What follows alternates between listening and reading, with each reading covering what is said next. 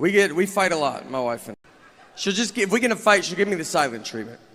And the silent treatment is very common. Everybody knows what it is. And I think you're just born knowing it. I don't think you're taught it.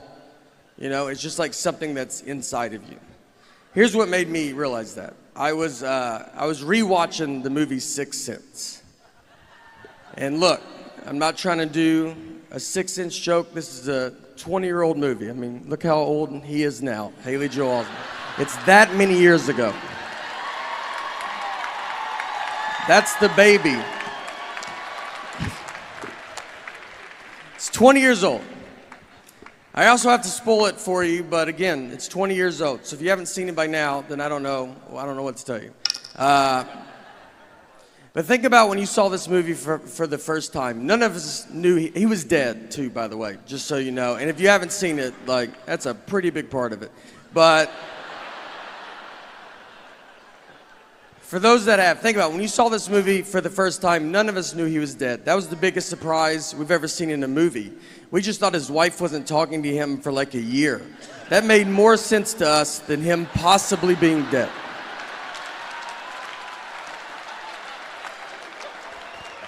And they don't hide him dying. A guy shoots him with a gun to start the movie. And we watched it for 2 hours, just like, this is what a movie about marriage. This is what marriage is like.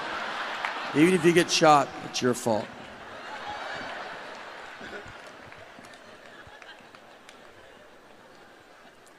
Oh boy. We took a trip to Florida, to Fort Lauderdale. And her and our daughter are flying from Nashville, where we live. And I'm flying from Detroit. We're meeting at Fort Lauderdale's airport. I have to find them when they land. So I called her because I was about to take off, and I was like, all right, what time do you guys leave? She goes, noon. And it was 11:30, and they're still at home. I was like, Laura, I don't know if you even know what an airport is.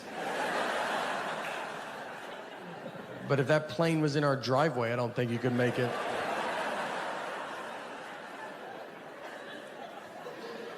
And she said, that's what time we leave for the airport. Our flight's not till 1:30. And I was like, all right. So what do you think I wanted to know when I asked that?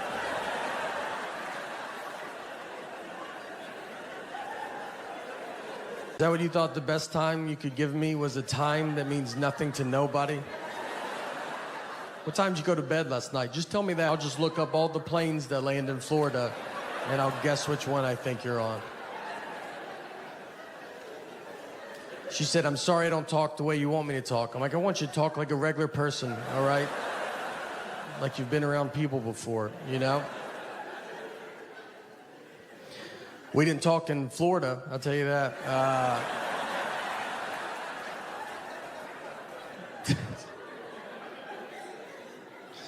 She's good at not talking to me. She can go a long time. She could do her whole marriage career. We've been married for 10 years, and we still fight. Like, you can, when you're married, fighting is open 24 hours, anytime. We got in a fight recently at 3 a.m. We woke up to get in this fight, and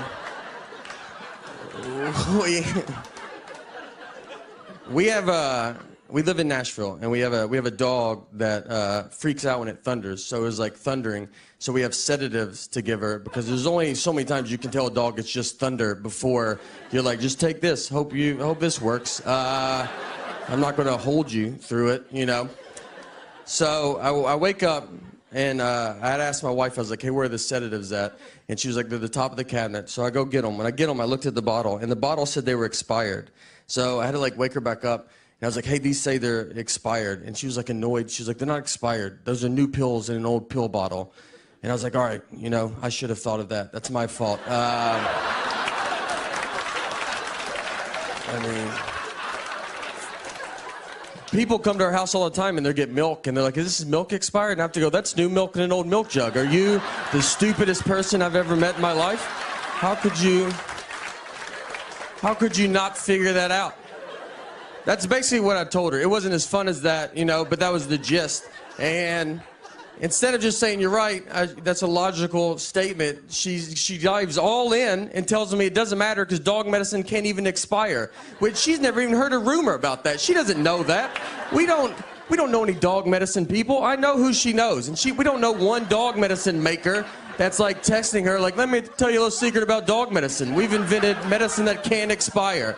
I also feel this is a good year to see where your friends are at, you know? Like, you want to be in the middle, I think. And I got friends that they take a shower with their mask on. And they sleep with the mask on because they have a hamster, and the hamster probably has it. And they live alone. It's just them and the hamster. And I also have friends that I don't think have even heard about COVID. Like someone told them to try to go get it. That's how they're living. I have friends too that they tell me they already had it. They're like, I had it. I had a fever. February, had a fever for a couple hours, so probably had it. I had one friend, he told me he had it in 2015. Convinced. He goes, I had it in 2015. I was the first, and it just didn't catch on like it has now, but I can tell you one thing that's gone. We went to Europe last year, and by the way, we were flying from Nashville to London, and we go, it was 4:42 p.m. Nashville time. So as a family, I said, let's guess what time it is in London. So I said 12:42 a.m. Our daughter said 1:42 a.m. My wife, her guess was 11, and that's it.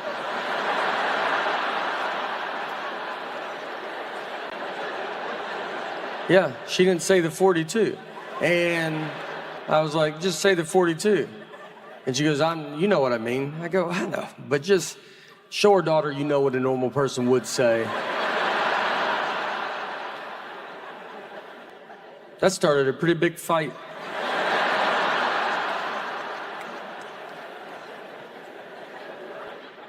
Welcome to the 77th Emmy Awards. You know, it's not a big one, like 75 or 80, but it's the one they gave me. It's an honor to be here tonight. I mean, I'm so excited to be here. Just all you guys are so hard to get here. I mean, and it's confusing too, because there's like Reba McEntire. I feel like I'm at the Grammys. Kate Blanchett. I feel like I'm at the Oscars. It's crazy. Tina Fey. I thought like they should have had her host. You know why?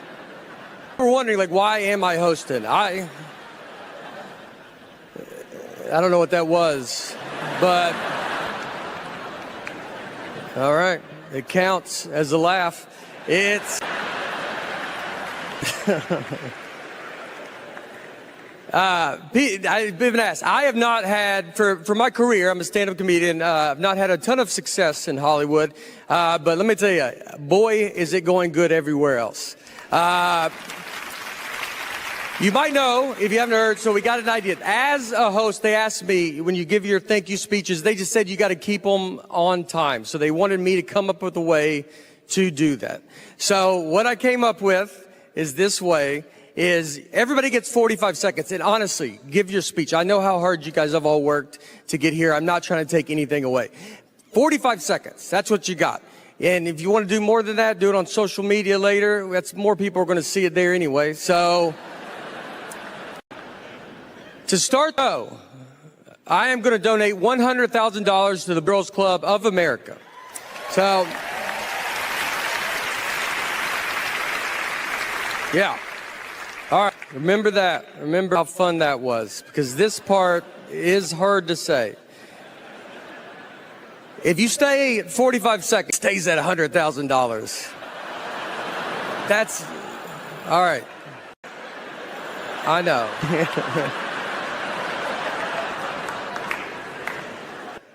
Every second you go on, or over, I'm sorry. Every second you go over 45 seconds, we will deduct $1,000 away from the boys and girls. I know. Oh. That's tough. It's hard. That's tough. It's cool.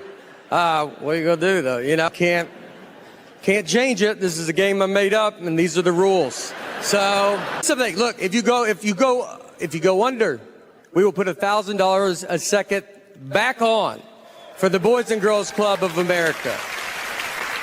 Relax. Let's have fun. All right. By the way, we want to see. We already got started. Seth, congrats. Glad he didn't even know about this at all. But what did Seth do? Was he over, under? Stayed the 40 under? No. All right. He wonder. Don't go crazy though, because like I am paying, so don't like you go over a little, some go under, do the right thing. All right, well now you know the rules. Those are it. So now that everybody knows, let's keep this show going. People always talk to me very easy too, or like if I talk to a stranger, I can always feel it. And I think it's my eyes. I have big eyes, you know? And so I just get a lot of like, you still with me, man? And I'm just sitting there like, yeah, I mean, I'm listening. He goes, all right, I don't feel like you could have been anywhere, you know? And when I turned 40 was the first age I did not want to turn. I remember my parents turning 40, it just feels old. And it's also the age that you do realize everybody you're talking to, you are older than. Before you're 40, I think everybody you talk to is your age. And the reason when you turn 40, you're just older than that person. I'll just be talking to them like, remember that? It's like 97, 98. They go, I wasn't born yet. You're like, golly, are you serious, dude? In my eyes, we look the same. Where's your dad at? Let me talk to him, because I swear I thought you were my age. My wife was with me when I had that job. She's been with me way before where we're at right now. She was in it for the benefits I got at the water company.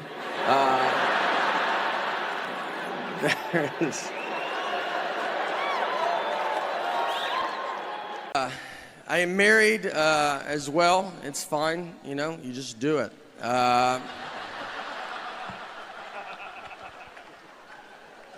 This is what marriage is. It's just one guy talking and the other's like, I'm gonna get out of here. This is not.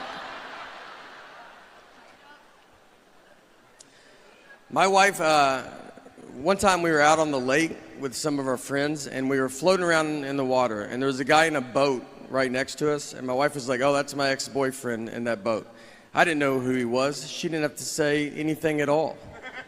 She was just basically like, are you having fun? Because I would like to put a stop to that. And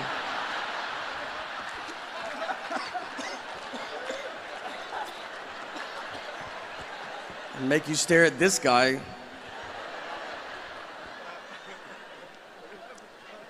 So I was staring at him, and then I looked at her, and she was staring at him, and I felt like she was staring at him to see what her life would be like if she didn't marry me.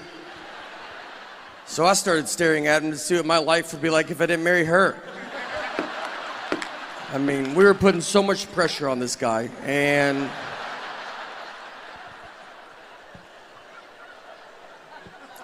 nothing happened. We basically just realized we don't have a boat, but my friends were like, you shouldn't try to fight him. Why didn't you go fight him? I was like, I don't know, because I would have had to swim over to that fight. I don't know how intimidating that is for a guy to see a head in a life jacket floating his way. And then I got to get in the boat. Have you ever tried to climb into a boat from water? It's not aggressive. It takes an hour if no one is in the boat. I would need his help. That's how that fight would start.